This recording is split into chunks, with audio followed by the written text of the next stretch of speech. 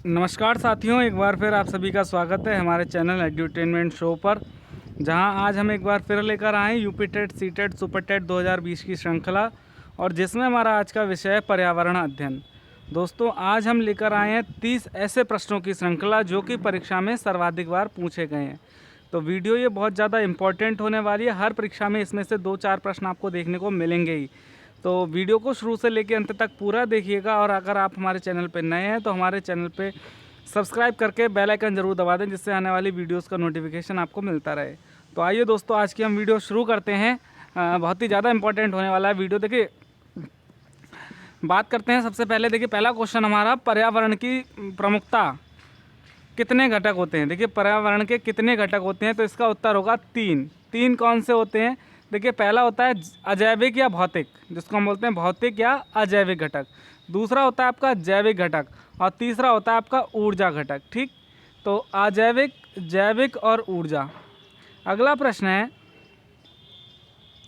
आदि मानव की भौतिक पर्यावरण की कार्यात्मकता में भूमिका किस प्रकार की थी।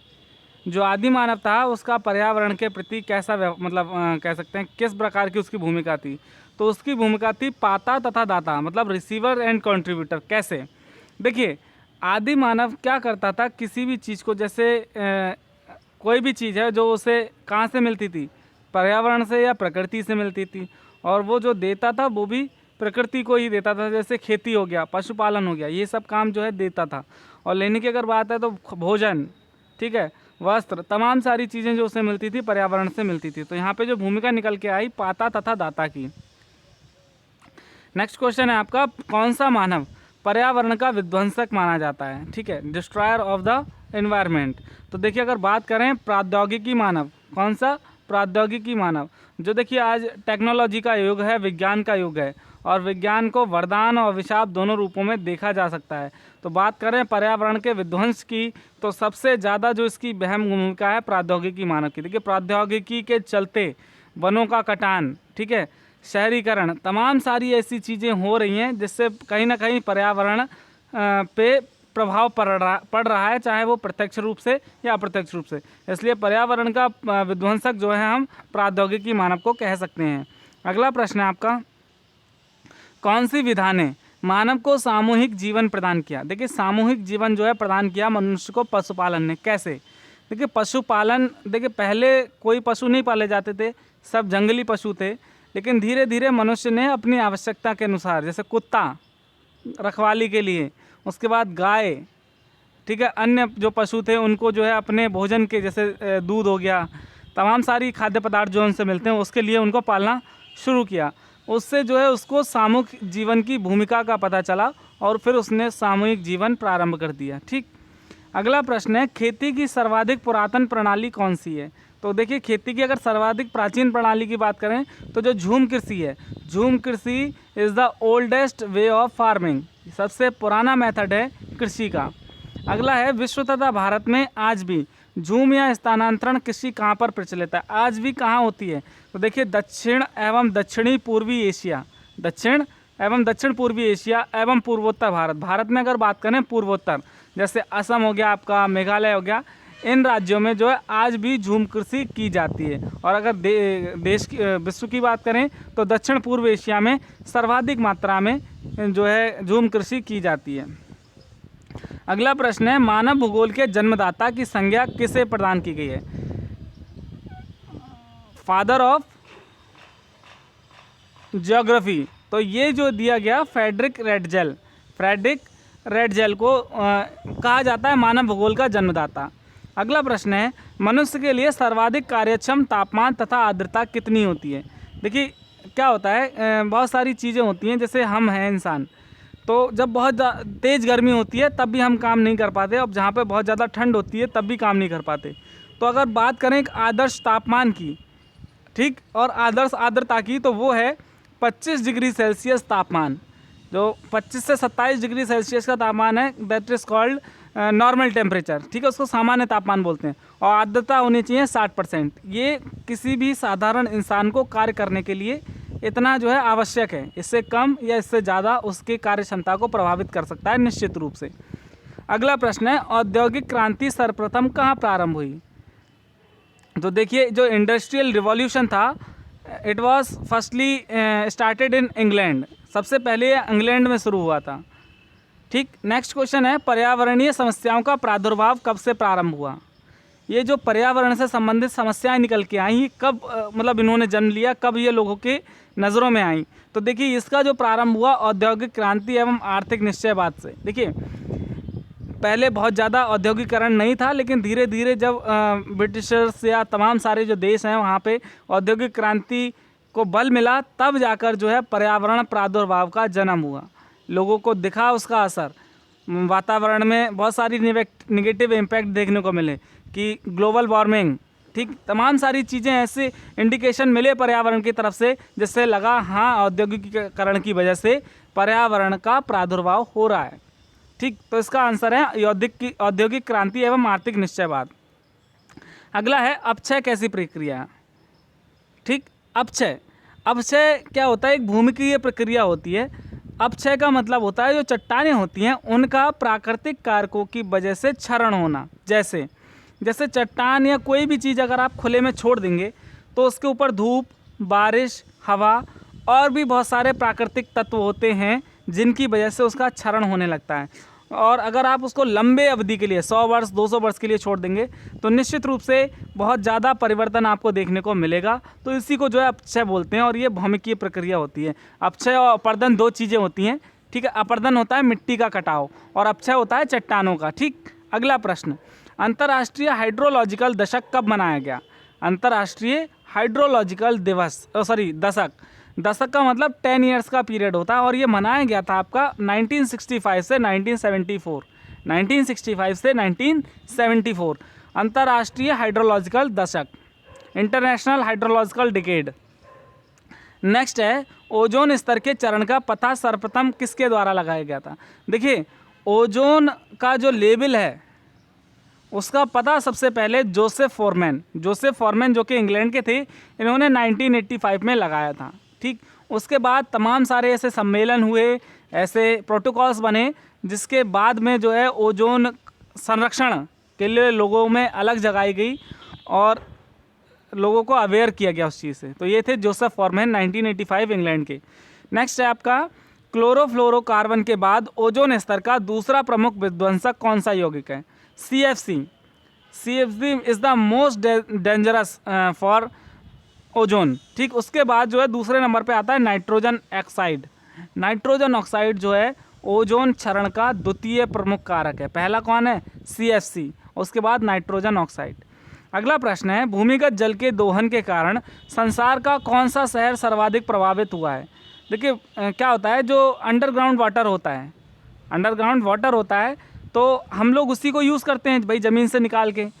अब यूज़ करने के बाद वो वाटर कैसा हो जाता है, पॉल्यूटेड या कंटामिनेटेड। अब जब क्या होगा, जब हम पानी को यूज़ करते हैं तो उसका लेवल क्या होता है, डाउन होता रहता है। तो अगर विश्व की बात करें तो सबसे ज़्यादा प्रभावित जो देश है वो है आपका शहर है बुकलिन, जो कि USA में है, बुकलिन शहर। तो वहाँ पर देखिए निश्चित रूप से जो भूमिगत जल है उसका दोहन ज़्यादा हुआ है, जिसकी वजह से वहाँ पर ये जो है संकट आया है।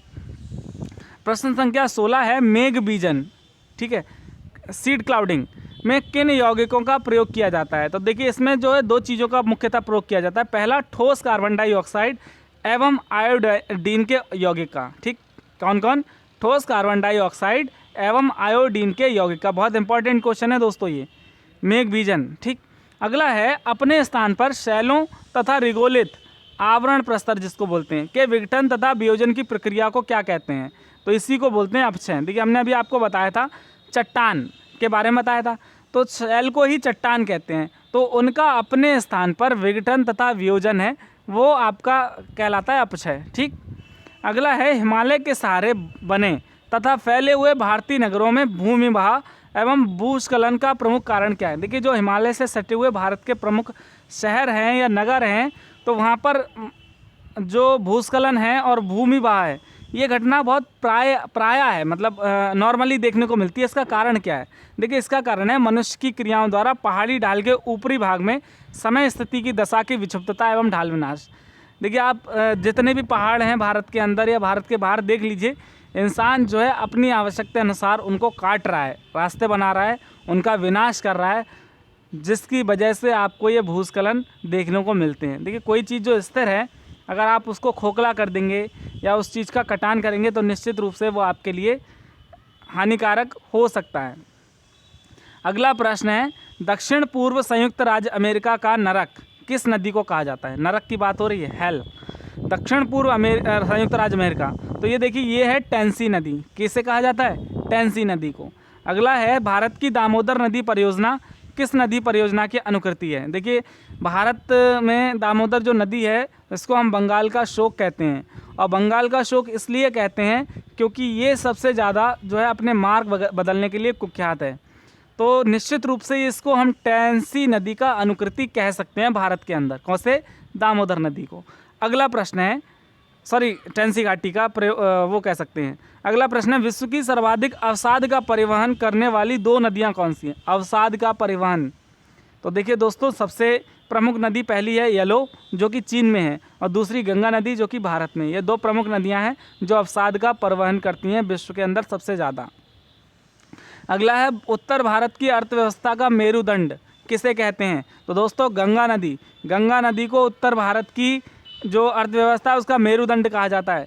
आप विश्वास कीजिए कि जो उत्तर भारत में अर्थव्यवस्था का मेरुदंड जो है गंगा नदी है। क्यों? क्योंकि सारी जो गतिविधियां हैं जो जल से जुड़ी हुई हैं गंगा नदी से जुड़ी हुई हैं। ठीक। अगला है, मिस्र किसकी देन है? जो मिस्र देश है वो देन है नील नदी की। क्यों? क्योंकि ये नील नदी के किनारे बसा हुआ है। अगला है, पश्चिम बंगाल का शोक किसे कहा जाता है? अभी हमने आपको बताया दामोदर नदी को।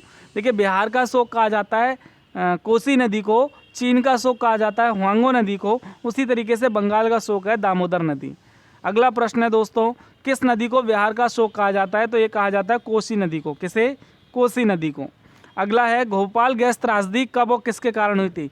मोस्ट इम्पॉर्टेंट क्वेश्चन, मतलब आप ये समझ लीजिए हर साल परीक्षा में इससे जुड़ा हुआ क्वेश्चन आपको मिलेगा ही मिलेगा कि कौन सा रसायन था, कब हुई थी, कहाँ हुई थी, क्या कारण था।